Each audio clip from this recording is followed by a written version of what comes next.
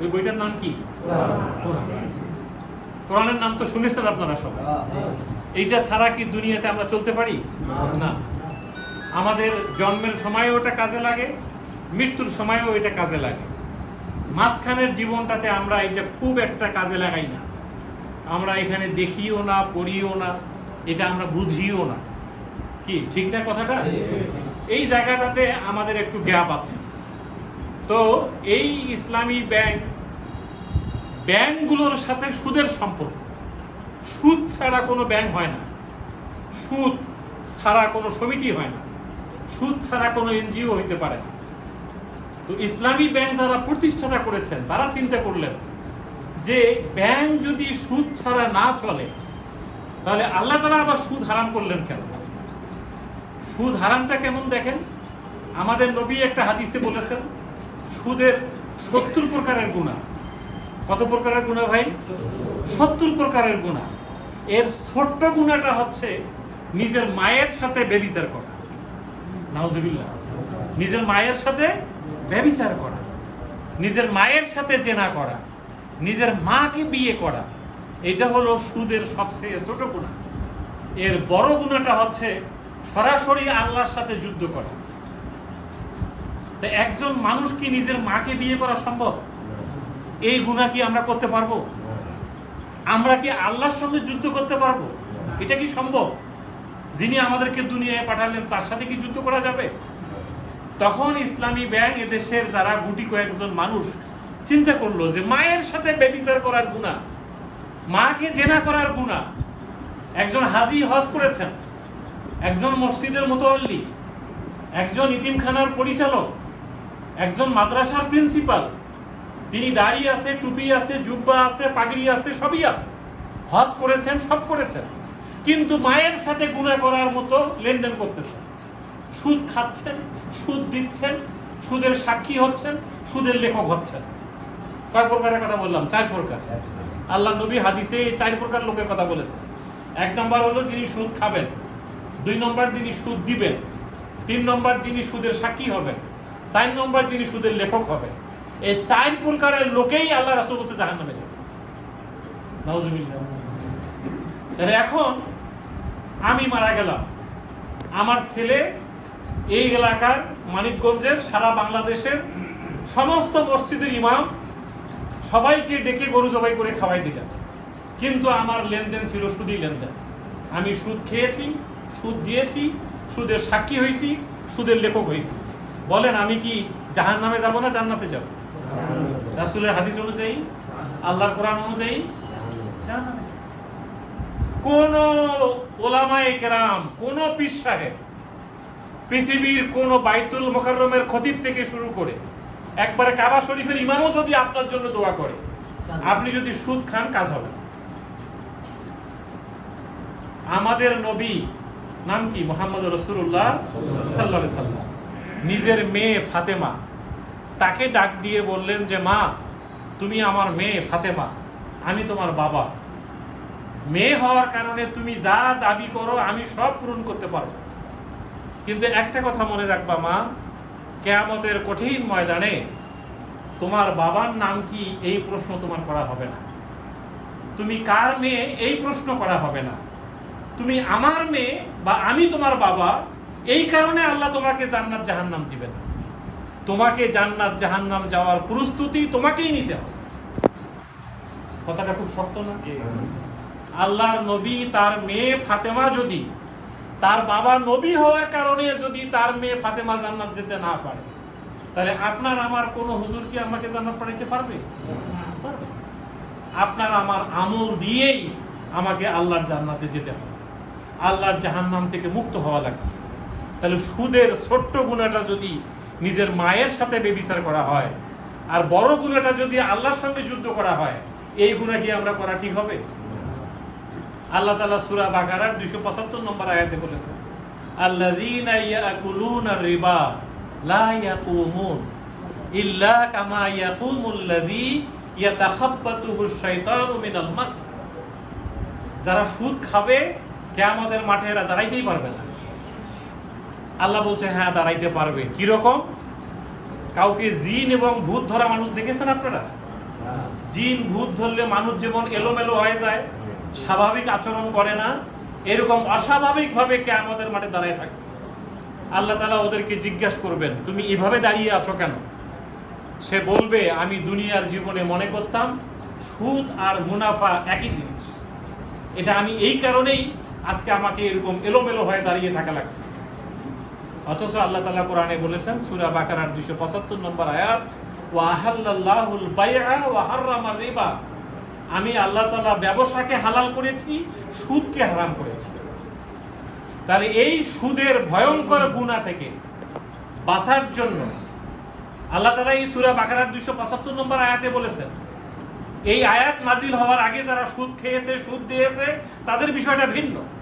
এই আয়াত নাজিল হওয়ার পরেও যদি দুনিয়াতে কেউ সুদ খায়, ফাআসহাবুন নার, সে জাহান্নামের অধিবাসী হবে এবং চিরদিন সে জাহান্নামে থাকবে, কোনো কারণে তাকে আর জাহান্নাম থেকে মুক্ত করা হবে। মারাত্মক কথা। এই আয়াতকে সামনে রেখে এদেশের কিছু মানুষ চিন্তা করলো, তাহলে সুদ ছাড়া ব্যাংক করা যায় কিভাবে? এই দৃষ্টিকোণকে সামনে রেখে কিভাবে ব্যাংক সুদ মুক্ত করা যায়, এই চিন্তা থেকেই মূলত এদেশে ইসলামী ব্যাংকের যাত্রা শুরু। দেখেন, এদেশে একটা ছেলে এবং একটা মেয়ে যদি ইজাব কবুল, দেনমোহর, বিয়ের অনুষ্ঠান ছাড়া সংসার করে, আপনারা কি মেনে নেবেন? মেনে নেবেন আপনারা? দুনিয়াতে অন্য দেশে মানে, আমাদের এই বাংলাদেশে কি আমরা মানবো? না, আমরা মানবো যে একটা ছেলে মেয়ে একসাথে সংসার করতে চাইলে সেখানে ইজাব লাগবে, কবুল লাগবে, দেনমোহর লাগবে, ছোট্ট একটা সাক্ষীর আয়োজন করতে হবে, একটা অনুষ্ঠান লাগবে, আশপাশের মানুষ দেখবে, শুনবে যে না, এই ছেলে মেয়েটার বিয়ে হয়েছে। এইটা ছাড়া কোনো সংসার কি কেউ মেনে নেবে? না। এই জন্য সমাজের অনেক মানুষ বলে যে ইসলামী ব্যাংক সোজায় খায় না, ঘুরায় খায়। এরকম একটা কথা সমাজ চালু আছে কিন্তু, যে ইসলামী ব্যাংক সোজায় খায় না, ঘুরায় খায়। তা আপনি ইজাব করলেন, কবুল করলেন, দেনমোহর দিলেন, একটা অনুষ্ঠান করলেন, 50-100 জন লোককে দাওয়াত দিলেন, এইটাই তো ঘুরায় খাওয়া, এটাই তো হালাল। কিন্তু সোজাসুজি খাওয়াটা কি হালাল? না, এটা হালাল হতে পারে না। আপনি একটা মুরগি বিসমিল্লাহে আল্লাহু আকবার বলে যদি জবাই করেন, এটা জবাই করার পরে যে রান্না করা হবে, রান্নার যে টেস্ট হবে, বিসমিল্লাহ আল্লাহু আকবার ছাড়া জবাই করলে একই টেস্ট হবে, একই স্বাদ হবে। কিন্তু একটা খাওয়া কি হালাল, আর একটা কি হারাম। বিসমিল্লাহ ছাড়া কোনো জন্তু জবাই করে খাওয়া কোনো মুসলমানের জন্য কি হালাল না হারাম? যে জন্তু জবাই করার সময়, এটা গরু হোক, ছাগল হোক, মুরগি হোক, হাঁস হোক, যাই হোক না কেন, জবাই করার সময় কার নাম নিতে হবে? আল্লাহর নাম ছাড়া কোনো জন্তু জবাই করে খাওয়া কোনো মুসলমানের জন্য হালাল নয়। কিন্তু রান্না করলে টেস্ট একই রকম হবে।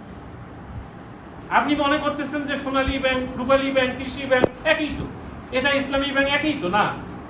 এইখানেই পার্থক্যটা, যে আপনাকে এখানে কি হালাল হারামের পার্থক্যটা আপনাকে বুঝতে হবে। এই জাহান্নামের আগুন থেকে, মায়ের সাথে ব্যভিচার করার গুনাহ থেকে বাঁচার জন্য এদেশে ইসলামী ব্যাংকের যাত্রা শুরু হয়েছে। তাহলে এটা কিভাবে সম্ভব? এই সুদের হাত থেকে বাঁচা। এইখানে আপনারা ডিপিএস করেন, আপনারা সেভিংস অ্যাকাউন্ট করেন, আপনারা কারেন্ট অ্যাকাউন্ট করেন, আপনারা এফডিআর অ্যাকাউন্ট করেন। আপনারা যে অ্যাকাউন্টগুলো করেন, এই অ্যাকাউন্টের টাকাটা আমরা যে সিস্টেমে নেই, এটাকে ইসলামী শরীয়তে মুদারাবা সিস্টেম বলে। কি বললাম শব্দটা? মুদারাবা। এটা কি কোনো মসজিদে আপনাদের খুতবাতে কোনোদিন ইমাম সাহেব আলোচনা করছে? মুদারাবা শব্দ নিয়ে আলোচনা হয়েছে কোনোদিনও? আলোচনা হয়নি। এটা আমাদের বাংলাদেশের স্কুল, কলেজ, মাদ্রাসা কোথাও এই লেখাপড়াটাই না। এটাও একটা আমাদের ষড়যন্ত্র, যে আমরা দীর্ঘ 50 বছরে, এদেশের স্বাধীনতার পরে, স্বাধীনতার আগে আমাদের ছেলেরা মেয়েরা এই শিক্ষাটা থেকে বঞ্চিত। ইসলামী ব্যাংক কাকে বলে, ইসলামী ব্যাংক অন্য ব্যাংকের মধ্যে পার্থক্য কি, সুদ কাকে বলে, কি লেনদেন করলে সুদ হবে, কি লেনদেন করলে সুদ হবে না, এই শিক্ষাটা আমাদেরকে দেওয়া হয়। এই লেখাপড়াটাই নাই। এই জন্য ইমাম সাহেব তার খুতবাতে আলোচনাটাই আনতে পারে না। সুদ খাইলে যে মায়ের সাথে ব্যভিচার করার গুনাহ হয়, এই কথাটা ইমাম সাহেব মসজিদে বলার সাহসই পায় না। তার কারণ মসজিদ কমিটির সভাপতিও সুদের সঙ্গে জড়িত। কি কথা ঠিক না? এই অবস্থাটা থেকে আমাদেরকে এই কথাটা ভাবতে হবে যে আমাদের নবীর নাম কি? মুহাম্মদ সাল্লাল্লাহু আলাইহি ওয়াসাল্লাম। তার যে প্রথম স্ত্রী তার নাম কি? খাদিজা। খাদিজা রাদিয়াল্লাহু তাআলা আনহা, তিনি আমাদের মা। এই খাদিজা বড় ধনাঢ্য পরিবারের একজন মহিলা ছিলেন, ব্যাপক সম্পদ ছিল, অনেক টাকা পয়সা ছিল। তিনি চিন্তা করলেন যে আমার কাছে যে টাকাটা আছে, এই টাকাটা আমি কাকে দিলে আমার ব্যবসা হবে। তিনি লোক খুঁজতে খুঁজতে যাকে পেলেন, তিনি হচ্ছেন মুহাম্মদ রাসূলুল্লাহ সাল্লাল্লাহু আলাইহি সাল্লাম। যে লোকটা ভালো, ছেলেটা ভালো, তার উপর আস্থা রাখা যায়, তাকে টাকাটা দিলে সে ব্যবসা করতে পারবে। তখন খাদিজা তাকে ফান্ড দিলেন। ফান্ড দিয়ে বললেন, তুমি এই টাকাটা নিয়ে সিরিয়াতে যাও, দামেস্কে যাও, ব্যবসা করো। ব্যবসায় যা লাভ হবে, এই লাভের টাকাটা তুমি আর আমি ভাগ করে নেব। যদি লস হয়, এটা আমি বিয়ার করব, আমি এটা বহন করব। এই চুক্তিটার নাম হলো মুদারাবা চুক্তি। এই চুক্তিতে ইসলামী ব্যাংক আপনাদের কাছ থেকে টাকা সংগ্রহ করে নিয়ে ইসলামী ব্যাংক ব্যবসা করে। এখানে এক পক্ষ টাকা দেয়, আর এক পক্ষ টাকাটাকে ব্যবহার করে। এই চুক্তিটার নামে হলো মুদারাবা চুক্তি। যিনি টাকা দিবেন তাকে বলে সাহিব আল মাল, যিনি টাকাটা ব্যবহার করবেন তাকে বলা হয় মুদারিব। এই মুদারিব হয়ে আমরা টাকাটা ব্যবহার করি, এটাকে বাংলাতে বলে উদ্যোক্তা। আর যিনি টাকা দিবেন তাকে বলা হয় টাকার মালিক। তাহলে টাকা হিসাবে আপনি এখানে আমার কাছে ডিপিএস করলেন, প্রত্যেক মাসে 500 টাকা দিচ্ছেন, 1000 দিচ্ছেন, 10,000 দিচ্ছেন, একসঙ্গে 5 লক্ষ টাকা এফডিআর করলেন। এই টাকাটাকে আমরা মুদারাবা চুক্তিতে আপনার কাছ থেকে গ্রহণ করি, করে এই টাকাটাকে আমরা আবার ব্যবহার করি। কোথায় ব্যবহার করব? আমরা কোনো হারাম জায়গায় ব্যবহার করতে পারবো না, কোনো মদ খাওয়ার জায়গায় ব্যবহার করতে পারবো না, কোনো সিনেমার হলে ব্যবহার করতে পারবো না। আমরা এটা, এই যে বললাম, রড সিমেন্টের দোকান, আমাদের বাড়িঘর করার ক্ষেত্রে, জাহাজ বানাবার ক্ষেত্রে, গাড়ি কিনে দেওয়ার ক্ষেত্রে, বাড়ি বানাবার জন্য আমাদের যতগুলো ব্যবসায়ী আছেন বাংলাদেশে, যে ব্যবসাগুলো সরকার বৈধ করেছে, ওই ব্যবসায়ের পণ্যগুলো, যেমন আপনি যদি রডের ব্যবসা করেন, বিএসআরএম থেকে আপনি রড কেনেন, আপনি আমার ইসলামী ব্যাংকে যে বললেন যে আমাকে আপনি 10 লক্ষ টাকা বা 20 লক্ষ টাকা বা 1 কোটি টাকার রড কিনে দেন। আমি যদি বলি যে আমার 1 কোটি টাকার রড আপনার কাছে 1 কোটি 10 লক্ষ টাকা আমি বিক্রি করব, এটা আমি করতে পারবো না? একটা কলমের দাম 15 টাকা মনে করেন, এইটা ব্যবসায়ী 10 টাকায় কিনছে, কিনে 15 টাকায় বিক্রি করেছে, কত টাকা লাভ করলো? 5 টাকা। এইটা কি দুনিয়ার কোনো মানুষ সুদ বলতে পারবে? এই ব্যবসাটা আল্লাহ হালাল করেছে। আল্লাহ বলছে এই সিস্টেমে লাভ করো, এটা হালাল। তবে কারো উপর জুলুম করা যাবে না, কারো উপর কি করা যাবে না? জুলুম করা যাবে না। এইভাবে আমরা একটা পণ্য একজনের কাছে লাভে বিক্রি করছি, এটাকে বাই মুরাবাহা বলে, বাই মুয়াজ্জাল বলে, বাই সালাম বলে, বাই ইস্তেসনা বলে। এরকম ব্যবসার বিভিন্ন মুড ইসলামী শরীয়তে আল্লাহ বলে দিয়েছে, আল্লাহ নবী হাদিসে বলেছে। আমরা ওই ব্যবসাগুলোর মাধ্যমে ওইভাবে একজনের কাছে টাকা পণ্য কিনে দিয়ে লাভে যে টাকাটা আমরা নিয়ে আসি, এইটা মুদারাবাত চুক্তিতে আপনাকে বছর শেষে আমরা ভাগ করে দিই। এই চুক্তিটা হালাল, এটা ইসলামী শরীয়তে বৈধ। এই মুনাফাটা আপনার জন্য হালাল। এটা কোনো মুনাফা লেখার বিষয় না, এটা বাস্তবে আমরা এটা প্রয়োগ করে দেখাই। আমি কি কথাটা বুঝাইতে পারলাম? তাহলে সুদ খাওয়াটা হালাল না হারাম? হারাম। সুদের বিপরীতে বাংলাদেশে একটা মাত্র ব্যাংক, সেটা হলো ইসলামী ব্যাংক। এই ইসলামী ব্যাংকের জন্ম হয়েছে মানুষকে সুদের হাত থেকে বাঁচানোর জন্য। এই ব্যাংকের যারা প্রথম মালিক ছিল, তারা জীবনে কিছুই পায় নাই, বাড়িঘর ছিল না, এরকম মালিকও আছে। তেমন কোনো ব্যবসা বাণিজ্য, তাদের লাভের কোনো টার্গেট ছিল না, তাদের টার্গেট ছিল মানুষকে সুদের হাত থেকে বাঁচানো। এমনকি এই ইসলামী ব্যাংকের উদ্যোক্তা একজন এমনও ছিলেন, তিনি সৌদি আরবে, এদেশের মানুষ বলছে যে না আমরা টাকা দেবো, এই টাকা কোথায় যাবে, সুদ ছাড়া কি ব্যাংক হইতে পারে? তখন ইসলামী ব্যাংকের লোকজন চলে গেছে সৌদি আরব, দুবাই, কাতার, বাহরাইন, যে ওই দেশের মানুষকে বুঝাইছে যে বাংলাদেশে আমরা একটা ইসলামী ব্যাংক করতে চাচ্ছি, তোমরা আমাদেরকে সহযোগিতা করো। ওখানে যে অসুস্থ হয়েছে, অসুস্থ হওয়ার পরে তার স্ত্রী বাংলাদেশ থেকে আল্লাহর ঘর কাবাতে গেছে, যে কাবা ঘরের গিলাফ ধরে দোয়া করছে, আল্লাহ আমার স্বামী বাংলাদেশে ইসলামী ব্যাংক করার জন্য চেষ্টা করতেছে, সে আজকে হাসপাতালে অসুস্থ, তুমি আমার হায়াত থেকে তাকে হায়াত বাড়িয়ে দাও, সেজন্য বাংলাদেশে একটা ইসলামী ব্যাংক করতে পারে, আর আগে আমার মৃত্যু দিয়ে দাও। আজব কথা, আল্লাহ তাআলা এই মহিলাকে তার হাজব্যান্ডের আগে নিয়ে নিয়েছেন, তার হাজব্যান্ডকে আল্লাহ তাআলা জীবন ফিরিয়ে দিয়েছেন। এই ইসলামী ব্যাংক হওয়ার ক্ষেত্রে এই সমস্ত মানুষের হায়াত কোরবানি করারও ঘটনা আছে। আমরা কি এই ব্যাংকটার জন্য কাজ করতে রাজি আছি? আপনারা এই এলাকার প্রত্যেকটা মানুষের কাছে এই দাওয়াতটা পৌঁছাই দিবেন যে ইসলামী ব্যাংক লাভের উদ্দেশ্যে এই ব্যাংকটা হয় নাই। এই ব্যাংকটা হয়েছে এ দেশের মানুষকে সুদ খাওয়ার মতো জাহান্নামে যাওয়ার গুনাহ থেকে বাঁচার জন্য। আমরা এই গুনাহ করতে চাই না। আমরা মায়ের সাথে জেনা করার মতো গুনাহ করতে রাজি না। কি কথা ঠিক কিনা? আমরা কি এই গুনাহ করতে চাই না। 2 নাম্বার হলো নিজের পায়ে দাঁড়াবার জন্য এদেশে ইসলামী ব্যাংকের জন্ম হয়েছে। এই যে আমি বললাম যে পল্লী উন্নয়ন প্রকল্প একটা আমাদের আছে, এরপরে আমাদের বড় বড় বিনিয়োগ আছে, ছোটখাটো বিনিয়োগ আছে, গার্মেন্টস, শিল্প, ফ্যাক্টরি, ইন্ডাস্ট্রিতে আমাদের বিনিয়োগ আছে। এদেশে বেকার সমস্যা দূরীকরণে আমাদের ভূমিকা আছে, নারীর ক্ষমতায়নে এদেশে আমরা ভূমিকা রেখেছি। এবং বাংলাদেশে আপনারা শুনে খুশি হবেন যে সারা পৃথিবীর 1000 ব্যাংকের তালিকা করা হয়েছে, ওর মধ্যে বাংলাদেশ থেকে একটা ব্যাংক জায়গা পেয়েছে, সেটা হলো ইসলামী ব্যাংক, আলহামদুলিল্লাহ। এবং বিগত 8-10 বছর ধরে বাংলাদেশে 1 নম্বর ব্যাংক ইসলামী ব্যাংক, আলহামদুলিল্লাহ 1 নম্বর ব্যাংক। কেন? যে এই ব্যাংকটা কোরআন শরীফের একটা আয়াত দিয়ে যাত্রা শুরু করেছে। আল্লাহ তাআলা কোরআনকে যে হেফাজত করবেন তার নমুনা কিন্তু ইসলামী ব্যাংক। আপনারা জানেন যে বিগত 17 বছরে 15 বছরে বাংলাদেশের উপর দিয়ে একটা ঝড় বয়ে গেছে, কি ঠিক না? ব্যাংকের টাকা পয়সা লুটপাট হয়েছে, ডাকাতি হয়েছে, এটা বড় ধরনের ঝড় বয়ে গেছে দেশের উপর দিয়ে। ইসলামী ব্যাংকের উপরেও এই ঝড়টা বয়ে গিয়েছে, কিন্তু আলহামদুলিল্লাহ আলহামদুলিল্লাহ আলহামদুলিল্লাহ আল্লাহ তাআলা এই ঝড়ের মধ্য দিয়েও ইসলামী ব্যাংকে হেফাজত করছেন। আমরা ঘুরে দাঁড়াবার চেষ্টা করছি। কেন? এই যে আপনারা আমাদের সাথে আছেন, এটা কিন্তু আমাদের শক্তি। আপনারা ইসলামী ব্যাংকে ভালোবাসেন। আমরা কাস্টমার সার্ভিস দেওয়া, কাস্টমারের সেবা দেওয়া, মানুষকে সেবা করা, এটা আমরা দায়িত্ব মনে করি। আল্লাহ তাআলা কোরআন শরীফে সূরা আলে ইমরানে বলেছেন, কুনতুম খায়রা উম্মাহ উখরিজাত লিন-নাস, তোমরা পৃথিবীর সর্বশ্রেষ্ঠ সৃষ্টি। মানুষ আশরাফুল মাখলুকাত, পৃথিবীর সেরা সৃষ্টি হচ্ছে মানুষ। আল্লাহ তাআলার যত সৃষ্টি আছে সবচেয়ে সেরা সৃষ্টিটা কি? মানুষ। এই মানুষকে আল্লাহ তাআলা বলছেন উখরিজাত লিন-নাস, তোমাদের জন্ম আমি আল্লাহ পৃথিবীতে দিয়েছি মানুষের জন্য। এই জন্য একজন গার্মেন্টসের কর্মী, একজন গ্রামের সাধারণ মানুষ, একজন প্যান্ট শার্ট পরা মানুষ, অথবা লুঙ্গি পরা মানুষ, অথবা সে পাজামা পাঞ্জাবি পরা হোক, অথবা সে সবজির দোকানদার হোক, অথবা বড় ব্যবসায়ী হোক, আমরা তাকে মানুষ মনে করি, আমরা তাকে সেবা দিতে চাই। এই জন্য আমরা মনে করি ইসলামী ব্যাংকে যে আসবে সে মানুষ, তাকে সেবা দিতে হবে। আল্লাহ তাআলা তাকে সেবা দেওয়ার জন্যই আমাদেরকে পৃথিবীতে পাঠিয়েছে। এই জন্য আমি আমার অফিসে সব অফিসারকে বলেছি যে মানুষকে সেবা দিতে হবে। কোনো মানুষ যেন এখানে মন খারাপ করে বের না হয়ে যায়, সবাইকে সেবা দিয়ে তাকে মন খুশি করে এখান থেকে বের করে দিতে হবে। আপনি যদি তাকে দেরি হয় তার চোখে চোখে কথা বলবেন, তাকে হাসি মুখে কথা বলবেন। আল্লাহ রাসূল হাদিসে বলেছেন হাসি মুখে কথা বলা একটা সাদাকা।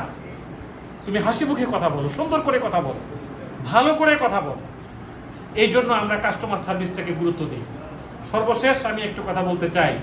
আল্লাহ তাআলা সূরা জাসিয়া নামে একটা সূরা আছে কোরআন শরীফে, এর 18 নম্বর আয়াতে বলেছেন সুম্মা জাআলনাকা আলা শারিয়া মিনাল আমরি, পৃথিবীর মানুষকে পরিচালনা করার জন্য আমি আল্লাহ আমার কোরআনে কিছু রাস্তা দেখাই দিয়েছি। মানুষ বিয়ে শাদী কেমনে করবে, জন্ম হলে তারপরে তার কানের মধ্যে আমরা আজান দেই না? কি ছেলে সন্তান হলে আপনারা আজান দেন না? তাহলে এই যে একটা বাচ্চা জন্ম নিল, আমরা তার কানের মধ্যে আজান দিলাম, এটা কি ইসলামী শরিয়া না? এরপরে এই বাচ্চাটার যখন 7 দিন 10 দিন 40 দিন 1 বছর 2 বছরের মধ্যে একটা আকিকা করি, এটা কি ইসলামী শরিয়া না? এরপরে ছেলে বাচ্চা হইলে আমরা তার মুসলমানি দিই, এটা কি ইসলামী শরিয়া না? এরপরে বয়সের একটা পর্যায়ে যে আমরা তাকে বিয়ে শাদীর ব্যবস্থা করি, এই বিয়ে শাদীটাকে আমরা ইসলামী শরিয়া মোতাবেক করি না? এরপরে এই লোকটা যখন দুনিয়া থেকে চলে যাবে তখন আমরা তার একটা জানাজার ব্যবস্থা করি, তার দাফনের ব্যবস্থা করি, কাফনের ব্যবস্থা করি। আপনারা দিয়ে করেন তো এগুলো নাকি? এই দাফন কাফন জানাজা এটা কি ইসলামী শরিয়া মোতাবেক না?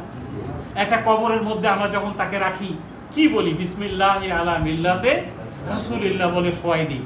তারপরে আমরা তাকে কবরে দাফন করার পরে মিনহা খালাকনাকুম ওয়া ফিহা নুঈদুকুম ওয়া মিনহা নুখরিজুকুম তারাতান উখরা বলে তাকে আমরা মাটি দিয়ে ওখান থেকে দোয়া কালাম করে চলে আসি।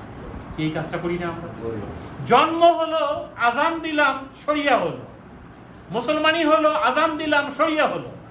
আকিকা হলো আজান দিল, আকিকা করলাম, শরিয়া হলো। একটা পর্যায়ে তাকে বিয়ে শাদী দিলাম ইসলামী শরিয়া মোতাবেক। জীবনের মৃত্যুর পরে দাফন কাপন জানাজা হলো ইসলামী শরিয়া মোতাবেক। মাঝখানের ব্যবসা, রাজনীতি, অর্থনীতি, সমাজনীতি, এটা কি ইসলামী শরিয়া মোতাবেক হওয়ার দরকার নাই? কি আপনারা কি বলেন? জীবনের প্রত্যেকটা মিনিট ঘন্টা আল্লাহ জিজ্ঞেস করবেন। সূরা তাকাসুর পড়েন, আল্লাহাকুমুত তাকাসুর। এই সূরাটির শেষের আয়াতটা হচ্ছে সুম্মা লা তুসআলুন্না ইয়াউমাইযিন আনিন নাঈম। কিয়ামতের মাঠে আল্লাহ তাআলা আমাদেরকে দাঁড় করাবেন, জীবনের প্রত্যেকটা সেকেন্ড সম্পর্কে জিজ্ঞেস করবেন। বলো, জীবনটা কোন খাতে ব্যয় করেছো? যৌবনকালটা কোন খাতে ব্যয় করেছো?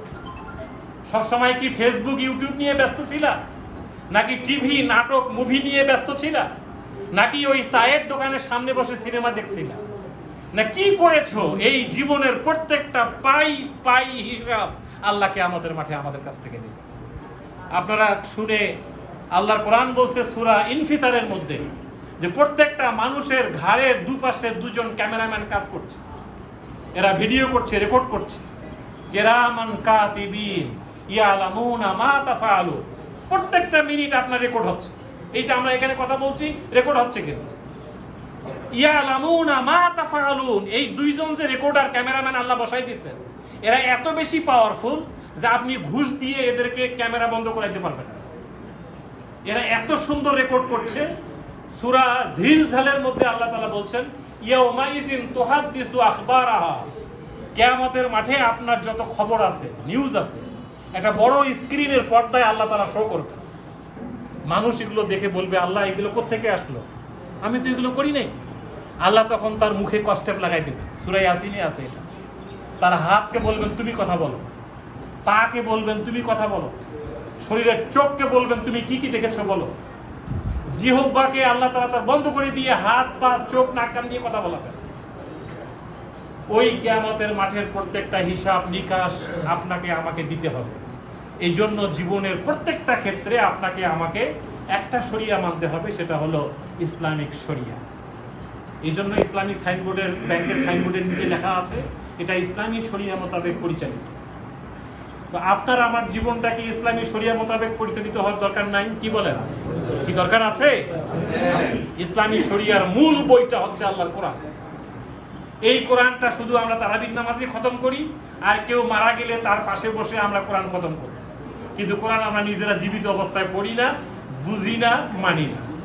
আল্লাহর এই কোরআনটা যেদিন বাংলাদেশে রাষ্ট্রীয়ভাবে প্রতিষ্ঠা হবে, একটা কোরআনের সমাজ কায়েম হবে, সেই দিন এদেশে আর কোনো দারিদ্রতা, বেকারত্ব, সন্ত্রাস, দুর্নীতি এগুলো থাকবে না।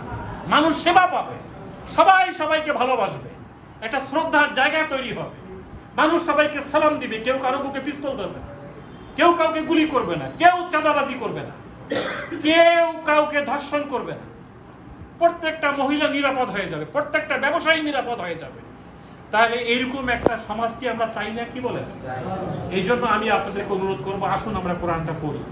এখানে ইসলামী ব্যাংকিং এর কথা সব লেখা আছে, আপনার আমার জীবনটা কিভাবে পরিচালিত হওয়া দরকার সব লেখা আছে, কিন্তু আমরা এটা পড়ি না। আসলে তো আমরা পড়ি না, ঠিক না? আপনার আমার বয়স 40, 50, 60 বছর, দাড়ি চুল সব পেকে গেল, এখনো আল্লাহর কোরআনটা, সারা কোরআনটা পড়তে পারলাম না, এখনো এর অর্থগুলো আমি জানলাম না, এখনো 114টা সূরা আমি পড়া শেষ করতে পারি না, এখনো 517টা রুকু আছে কোরআন শরীফে আমি পড়তে পারি না, 30টা পারা আছে আমি জানি না, 114টা সূরা আছে আমি জানি না, 80,000 প্লাস এখানে শব্দ আছে আমি অক্ষর মানে এর অর্থও জানি না। আসুন, আপনাকে আমাকে আল্লাহ রাসূল একটা হাদিসে বলেছেন, দোলনা পর্যন্ত, দোলনা মানে কি, যে বাচ্চাটাকে আমরা ছোটবেলায় শোয়াই দিই ওটাকে কি বলে? এই দোলনা থেকে কবর পর্যন্ত শেখার সময়, বয়স কোনো শেখার বিষয় না। আসুন আমরা সবাই মিলে একটু শিখি, আমরা পড়ি, আমরা বুঝি। বাংলাদেশের একটা অন্যতম সমস্যা হলো মূর্খতা, না জানা।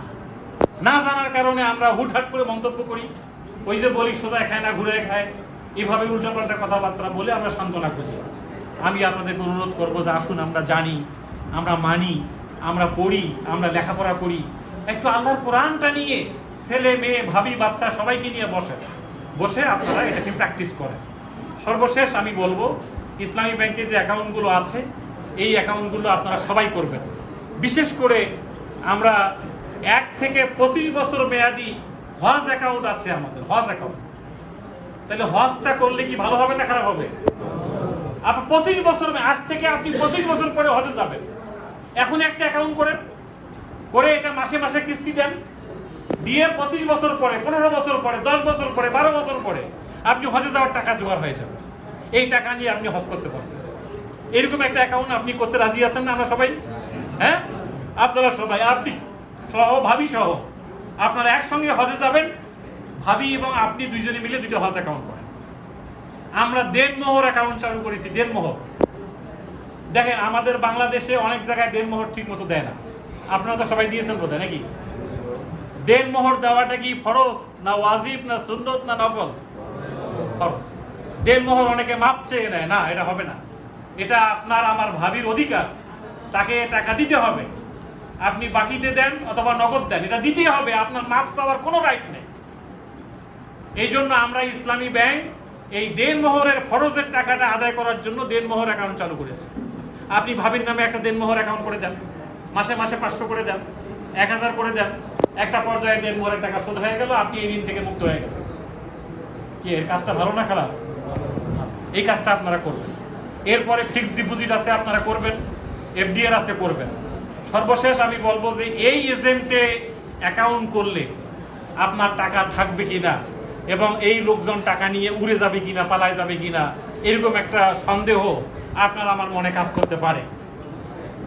আপনি যখন এখানে অ্যাকাউন্ট করলেন, অ্যাকাউন্ট করার পরে আপনি একটা ফিঙ্গারপ্রিন্ট দিলেন, বুঝলেন তো ফিঙ্গারপ্রিন্ট নাকি?